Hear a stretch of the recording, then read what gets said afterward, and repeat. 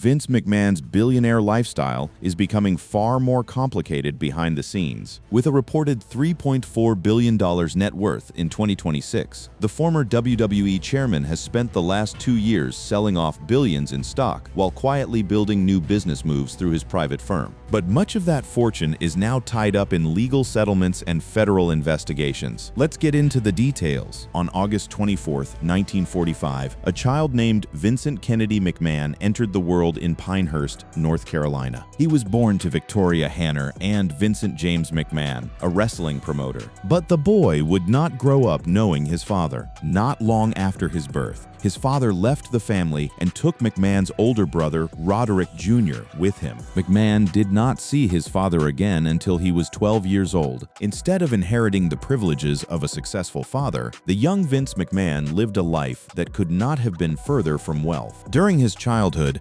McMahon was raised under the name Vinnie Lupton, using the surname of one of his stepfathers. His mother, Victoria, raised him alongside a revolving door of men who drifted through their household, none of them kind, and at least one of them exceptionally cruel. One of his stepfathers, Leo Lupton, used to beat his mother and him. Despite his father being wealthy, Vincent grew up in severe poverty and under the worst circumstances. He experienced a difficult upbringing and has spoken publicly about abuse he endured at the hands of one stepfather, Leo Lupton. In a raw and unfiltered 2001 interview, McMahon reflected on Lupton, stating plainly that it is unfortunate that he died before I could kill him. He also stated that he suffered sexual abuse which wasn't from the male as a youth. These were the conditions that forged the man who would one day become a billionaire: poverty, violence, abandonment, and a burning need to prove that he was somebody. The young Vinnie Lupton didn't know who his real father was for most of his childhood. Living in a trailer park in Havelock, North Carolina, he had only known a string of abusive stepfathers until his mother revealed that his father was Vincent J. McMahon. When the boy finally met his father at the age of 12, it was not the warm reunion you might picture. When he talked about meeting Vince McMahon Sr. for the first time when he was aged 12, he expected a big hug but received a pat on the back instead. But something clicked. At that point, McMahon became interested in following in his father's professional wrestling footsteps and often accompanied him on trips to Madison Square Garden. McMahon wanted to be a wrestler, but his father did not allow him, explaining that promoters did not appear on the show and should stay apart from their wrestlers. Despite the obstacles stacked against him, poverty, dyslexia, a fractured home life, Vince found his way forward. McMahon overcame learning problems and dyslexia to graduate from Fishburne Military School in 1964. And at that military school, he made history of a different kind. He was sent to Fishburne Military School as a youth in Waynesboro, Virginia, where he became the first cadet in the school's history to be court-martialed, although unsuccessfully. That rebellious streak was there from the start. He attended East Carolina University and graduated with a business degree in 1968. While in college, Vince McMahon married Linda Edwards on August 26, 1966. They met in church when she was 13 and he was 16. Linda would become far more than his wife. She would become his single most important business partner. Together, they would build and protect a dynasty. After graduating, Vince did not immediately walk into the wrestling world. In 1968, McMahon graduated from East Carolina University with a business degree, and after an unremarkable career as a traveling salesman, he was eager to assume a managerial role in his father's Worldwide Wrestling Federation promotion. He sold adding machines and paper cups. He knocked on doors, pitched products, and collected rejections. That hunger he carried from the trailer park never faded. And finally, in 1969, the opportunity came. In 1969, McMahon made his debut as a ring announcer for the WWF's All-Star Wrestling. In 1971, he was assigned to a small territory in Maine where he promoted his first card. The boy nobody wanted was now in the wrestling business, and he was about to change it forever. Part 2: Buying the Kingdom and Building WrestleMania. When Vince McMahon entered the wrestling business in the early 1970s, professional wrestling in America was a patchwork of regional territories, each run by a different promoter under the loose umbrella of the National Wrestling Alliance. It had long been a hodgepodge of local and regional promotions controlled in a titular sense by an entity known as the National Wrestling Alliance. Vince's father, Vincent J. McMahon, controlled the Northeastern Territory, the most lucrative slice of this pie, stretching from New York to Washington, D.C. McMahon's group, the Capital Wrestling Corporation, which was later renamed Worldwide Wrestling Federation and the World Wrestling Federation, came to dominate professional wrestling in the 1950s and 1960s in the nation's most populous area, the Northeast. His control was primarily in Baltimore, New York, and New Jersey.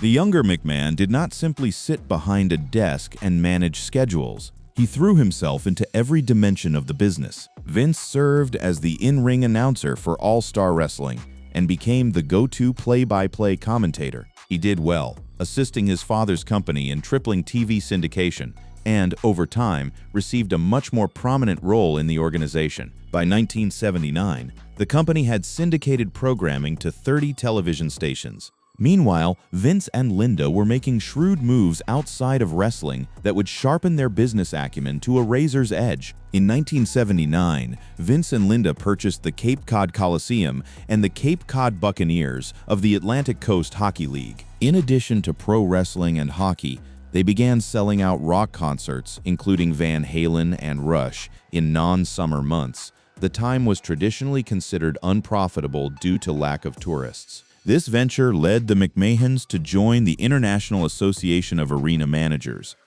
Learning the details of the arena business and networking with other managers through IAAM conferences, which Linda later called a great benefit to WWE's success. Then, in 1982, came the move that shook the entire wrestling world. He founded his own company, Titan Sports, in 1980 with wife Linda McMahon, acquiring CWC and WWF from his father 2 years later. The deal had a fail-safe written into it.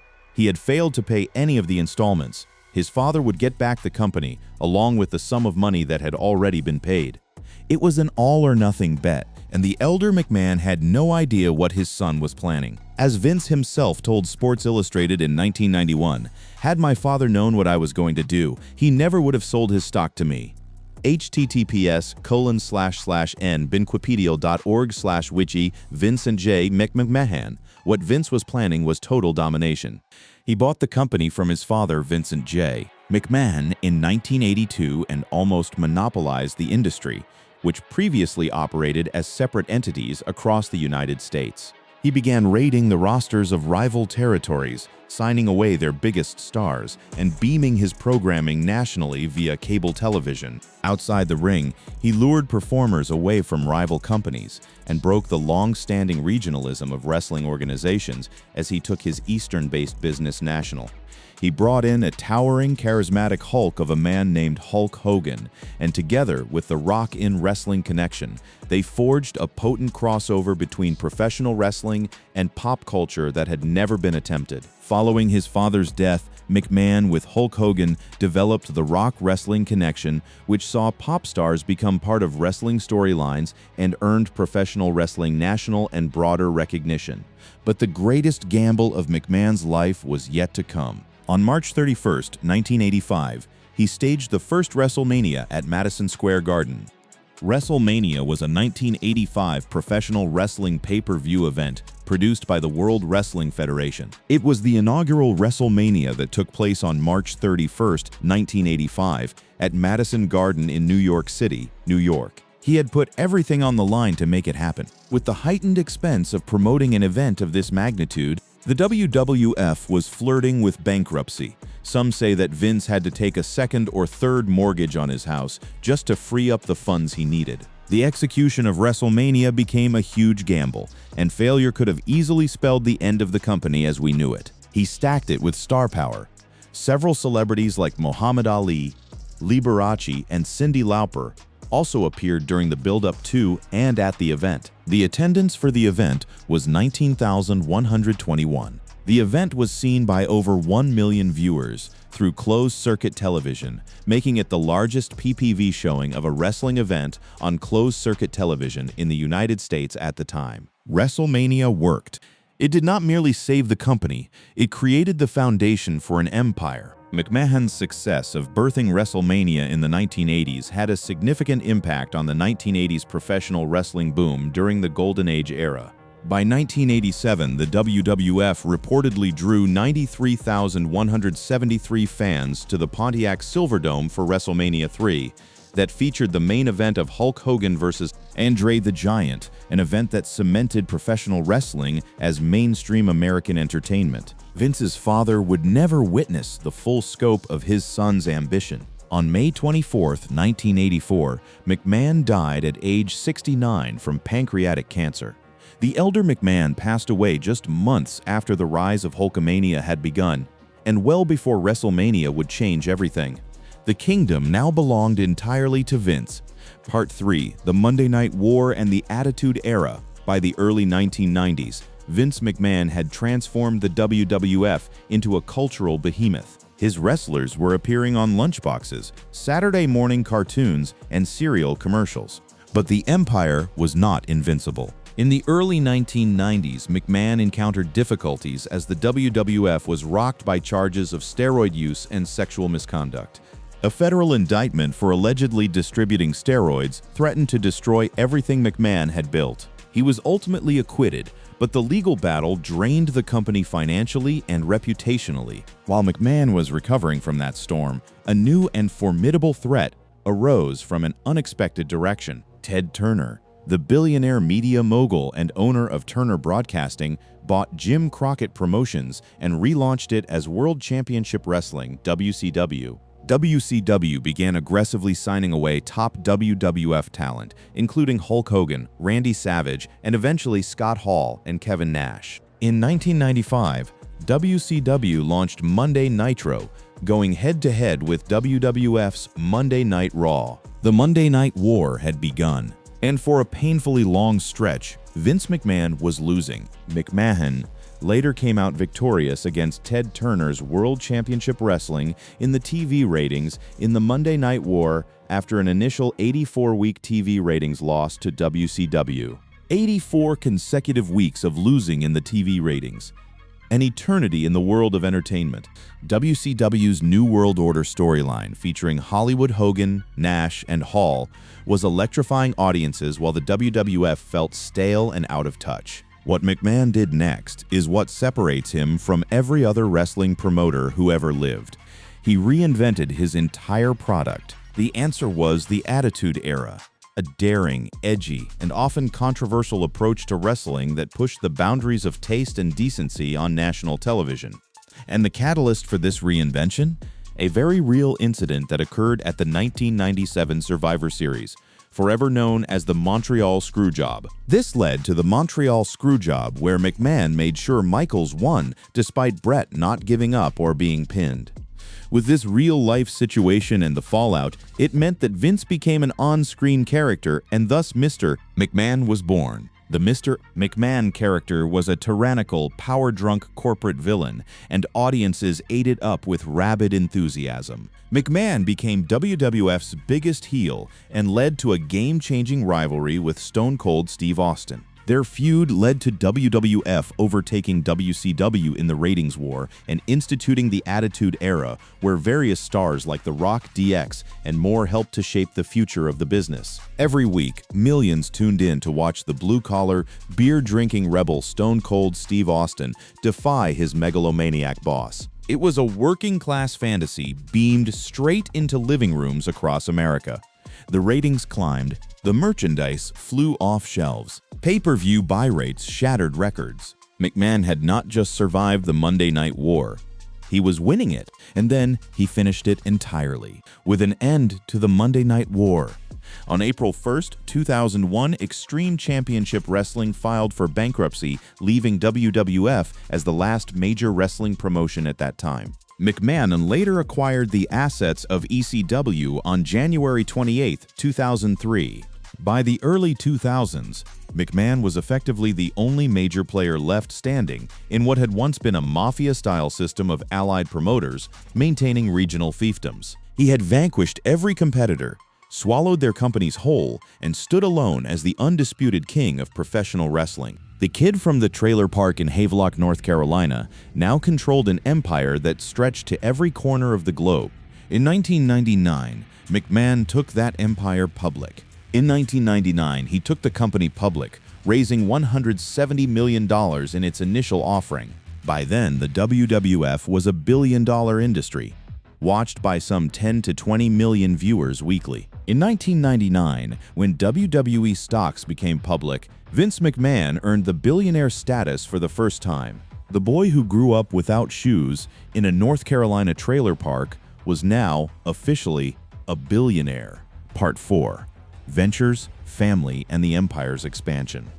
Becoming a billionaire was not enough for Vince McMahon. The wrestling business was conquered, but his ambitions sprawled far beyond the squared circle. McMahon's insatiable appetite for risk, the same drive that led him to mortgage his home for WrestleMania, pushed him into ventures that would test the limits of his fortune and his ego. In 2000, McMahon launched the XFL, a professional football league designed to challenge the NFL itself. Looking to end the stranglehold the National Football League had on the sport, he announced the creation of the Extreme Football League. While many questioned the move, citing the failure of past ventures to compete with the NFL, McMahon displayed his signature bravado and marketing muscle, slamming the NFL as dull and calling it the no-fun league. He signed a massive broadcast deal in March of that year. McMahon signed a broadcast contract with NBC worth more than $30 million. But the bravado did not translate into sustained viewership. The XFL kicked off in February 2001, but despite McMahon's savvy salesmanship, it lasted only a single season. The league folded, and McMahon absorbed the losses. He later resurrected the XFL in 2018, pouring in a staggering sum of personal capital. As of 2024, Vince McMahon's net worth is listed at $3.2 billion. The figures seem even more impressive when you consider the fact that Vince had invested $500 million to resurrect the XFL. But the relaunched XFL managed only one season in 2020 before COVID-19 forced the league into bankruptcy. He had to sell the American Football Company due to the impact of COVID-19. A consortium led by Dwayne Johnson purchased the XFL from Mr. McMahon. The XFL was not the only side project. Outside of professional wrestling, McMahon has occasionally ventured into promoting other sports. His projects have included the World Bodybuilding Federation and the XFL Football League. The World Bodybuilding Federation lasted from 1990 to 1993. In 2017, McMahon established Alpha Entertainment, a separate entity from WWE. And within WWE itself, McMahon proved that he could adapt with the times. A pioneer in the pay-per-view model, McMahon, in 2014, launched the WWE Network, a streaming service based on a monthly subscription model similar to Netflix. But in retrospect, the bold move paid off spectacularly. In 2021, McMahon licensed the rights to the WWE Network to Peacock for a cool $1 billion over 5 years. Meanwhile, McMahon had also turned the McMahon family itself into a central storyline of WWE programming. His kids, Shane and Stephanie McMahon, have played big roles in the company, both in front of the camera and behind the scenes. His wife, Linda McMahon, was also a key player in WWE and later became the administrator of the Small Business Administration under President Donald Trump in 2017. Shane McMahon appeared in some of the most memorable WrestleMania matches in history, while Stephanie McMahon rose through the ranks to become WWE's co-CEO. Stephanie is married to Paul Triple H Levesque, who is now the WWE's chief content officer and head of creative. The McMahon dynasty had become wrestling's royal family. McMahon leveraged massive media deals to keep the money flowing. The rise in Vince McMahon's net worth is directly related to the 4 huge deals that WWE signed in recent years, one with Fox Sports and the other with Saudi Arabia Sports Authority. By 2019, WWE stock hit record highs. In April 2019, WWE's stock peaked at $96, making his shares worth a whopping $2.76 billion. McMahon's personal fortune had ballooned to extraordinary heights, all built from a trailer park childhood and a single wrestling promotion. And the crown jewel deal came in 2023, On April 3, 2023, it came to light that WWE was fully acquired by the talent agency Endeavor for a whopping $9.3 billion. However, the actual arrangement was an all-stock merger, leading to the creation of a new company called TKO. In recognition of the successful IPO, Vince was paid a $100 million one-time dividend bonus. The man who grew up dirt poor in the Carolinas had just orchestrated a deal that valued his life's work at nearly $10 billion. The lifestyle reflected the wealth. As per The Sun, Vince McMahon, the former WWE CEO, owns a luxurious mansion in Greenwich, Connecticut, nicknamed Conyers Farm. While the exact current value is unknown, it was estimated to be around $40 million in 2006. Vince McMahon, the former CEO of WWE, owns a collection of impressive cars that reflect both luxury and speed. Among them, a Bentley Continental GT Supersports, combining classic design with impressive performance, boasting a 0 to 60 miles per hour time of just 3.9 seconds. The man also had a star on the Hollywood Walk of Fame, bestowed in 2008, and collected accolades like the Promax BDA Lifetime Achievement Award and the Cablefax Hall of Fame induction. Part 5. The Fall from Grace. For decades, Vince McMahon seemed untouchable. He had survived steroid trials, corporate rivals, and billion-dollar business failures with his empire not merely intact, but larger than ever. His net worth stood at an estimated $3.2 billion. He was ranked on the Forbes list of billionaires. He had blurred the line between fiction and reality so thoroughly that his on-screen character, the despotic, rule-breaking Mr. McMahon, had become interchangeable with the man himself. But the very qualities that had built the empire were now tearing it apart. In June 2022, the first crack appeared in public view. McMahon had stepped down as WWE's CEO in June 2022 amid an investigation by the company's board into the alleged hush money payments to women who accused him of sexual misconduct. In the wake of an ongoing sexual harassment scandal, Vince McMahon announced he was retiring from WWE on July 22, 2022. The Wall Street Journal reported that McMahon had paid as much as $12 million over 16 years to suppress various allegations of sexual misconduct and infidelity. https://www.nbcnews.com/business news Vince McMahon Zec settlement $1.7 million hush money agreements RCNA 1.71400, but retirement did not last.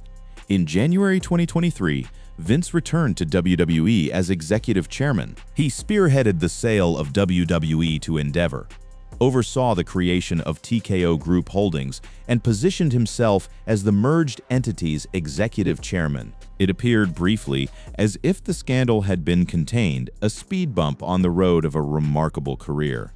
Then, on January 25, 2024, former WWE employee Janelle Grant filed a lawsuit that sent shockwaves through the wrestling world and beyond. Grant filed suit against McMahon and WWE in January 2024 and accused the former CEO of sexual assault, trafficking, and physical abuse. Grant alleges that McMahon promised a job and subsequent promotions at WWE in exchange for sex, in addition to trafficking her to other men inside and outside of the company. In January 2024, McMahon stepped down as chairman of TKO, WWE's parent company, following Grant's allegations of sexual assault and trafficking.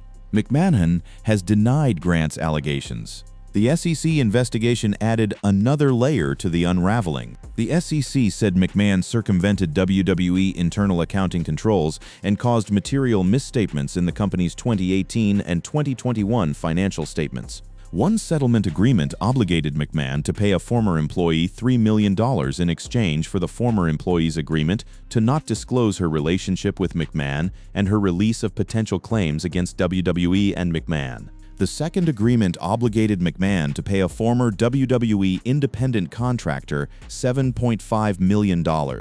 In January 2025, without admitting or denying the SEC's findings, McMahon agreed to pay a $400,000 civil penalty for violating the Securities Exchange Act and also to reimburse WWE $1,330,915.90. The fallout extended even further. In March 2024, McMahon filed to sell $411.95 million worth of TKO stock amidst allegations of sexual assault. This followed a previous sale of shares worth $670.3 million in November. His grip on the wrestling business he had built was slipping away, share by share. On May 28th, Laurinaitis settled with Grant and agreed to provide evidence in her favor in future proceedings. In September 2024, Netflix released a documentary series detailing aspects of McMahon's legacy, including his business impact and controversies, titled Mr. McMahon. McMahon himself pushed back against it, claiming that the producers had conflated the Mr. McMahon character with his true self, but the public narrative had already shifted. The story of Vince McMahon was no longer just about a visionary who took wrestling global. It was also about the allegations of a man whose relationship with power had reportedly become deeply corrosive. As of now, Vince McMahon is an American professional wrestling promoter, commentator, film producer, and occasional wrestler who has a net worth of $3.2 billion.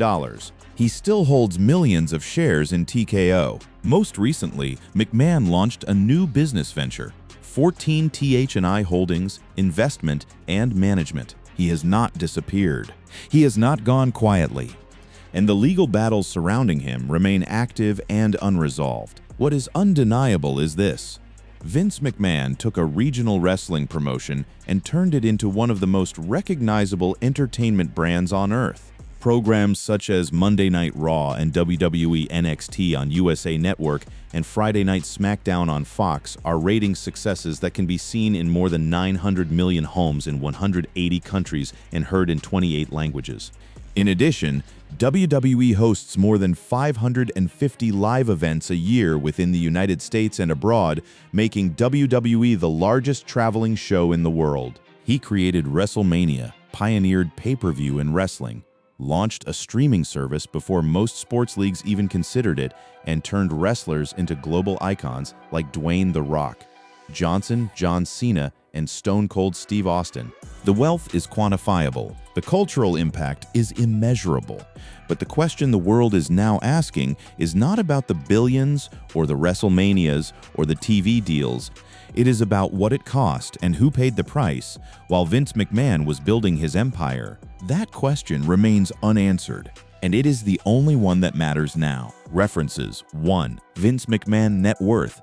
Finance Monthly. https://www.financemonthly.com. Vince McMahon's $3.2 billion net worth. Success, scandals, power plays. 2. Vince McMahon net worth. Celebrity net worth. https://www.celebritynetworth.com/richest athletes/wrestlers. Vince McMahon net worth. 3. Vince McMahon Wikipedia.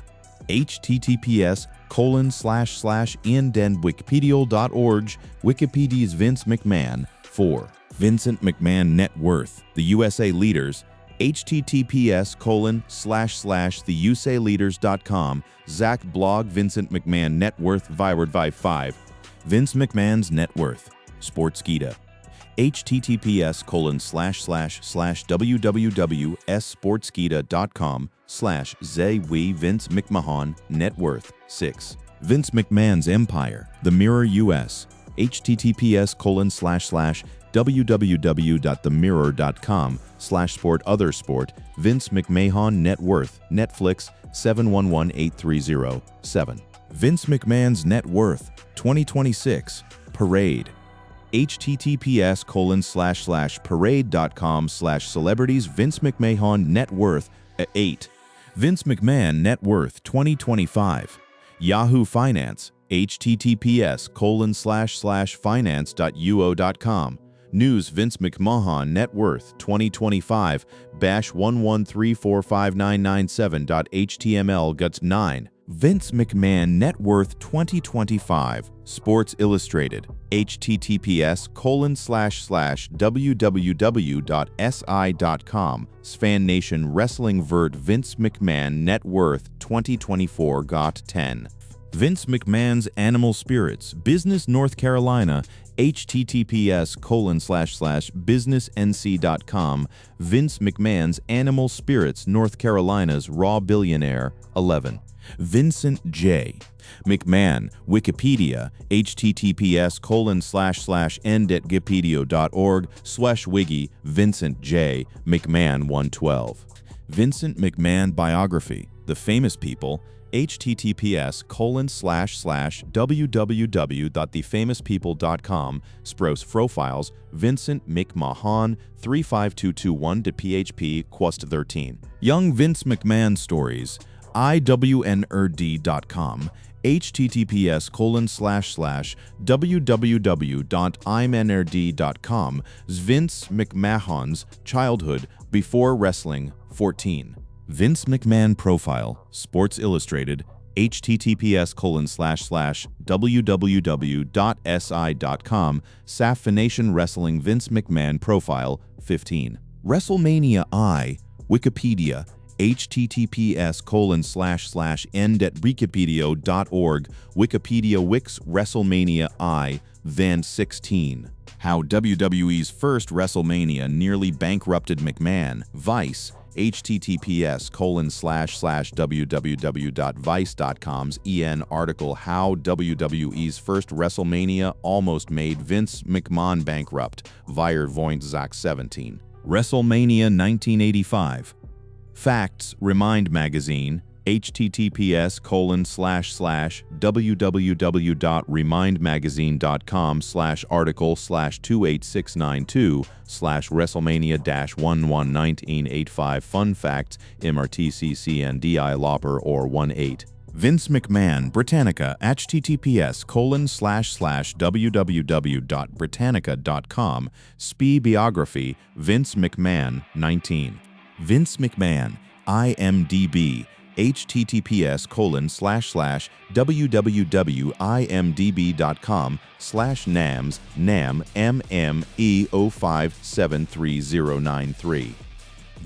20. The Misunderstood History of American Wrestling, The Nation, https://www.thenation.com, Articles Culture, Ringmaster WWE, Vince McMahon, 21.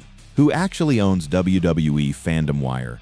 https://fandomwire.com, with Vince McMahon no longer SEO, who actually owns WE Time 22. Vince McMahon SEC Settlement. Deadline, https://deadline.com/2025-01 Vince McMahon SEC Settlements Sexual Assault Payoffs 12/362-53613. Vince McMahon SEC Hush Money Settlement.